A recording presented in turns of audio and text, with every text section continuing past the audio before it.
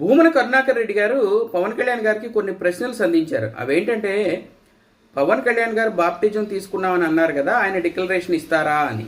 So ఒకవేళ నిజంగానే తిరుమల తిరుపతి దేవస్థానం demand చేస్తే ఆయన డిక్లరేషన్ ఇవ్వడానికి రెడీ. ఎందుకంటే సో క్రిస్టియన్గా ఆచరిస్తున్న సొంత కూతుర్నే డిక్లరేషన్ ఇప్పించి గార్డియన్గా సంతకం పెట్టిన మనిషి ఒకవేళ ఆయన డిక్లరేషన్ ఇవ్వాల్సి వస్తే ఇవ్వరా?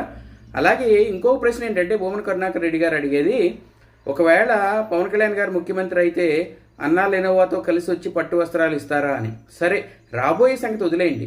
ఇప్పుడు ఆయన క్లియర్గా ఈ క్వశ్చన్ అడగడం వల్ల ఆయన ఏం క్లారిటీ చెప్పాడంటే, సో భారతి గారు ఎప్పుడూ కూడా జగన్ గారితో వచ్చి పట్టు వస్త్రాలు ఇవ్వరు అని తేల్చి చెప్పినట్టు అయింది. ఎందుకంటే 5 ఏళ్ళు ముఖ్యమంత్రిగా ఉండి ఏనాడు కూడా ఆ పని చేయలేదు, ఇక ముందు కూడా మేము చేయము, మీరు చేస్తారా అని.